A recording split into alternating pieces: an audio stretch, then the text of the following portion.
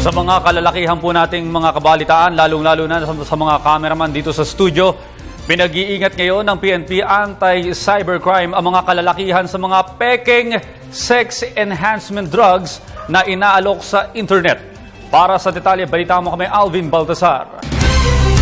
Pinapag-iingat ngayon ng PNP Anti-Cybercrime lalo na ang mga kalalakihang nangangailangan na ng ayudang pang-medikal upang masustene ang tikas sa pakikipaglaban sa harap ng kanyang minamahal.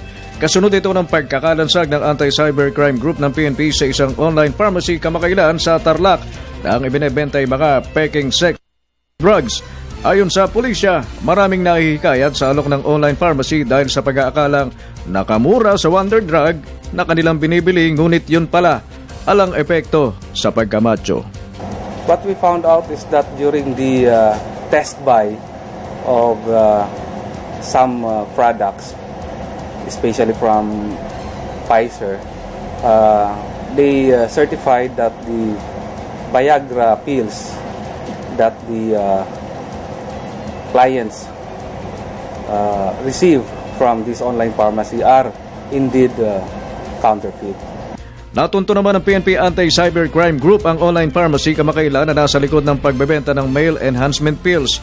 6 ang nahuling suspect na nag-ooperate ng online modus na pinaniniwalaang isang malaking grupo sa lalawigan ng Tarlac.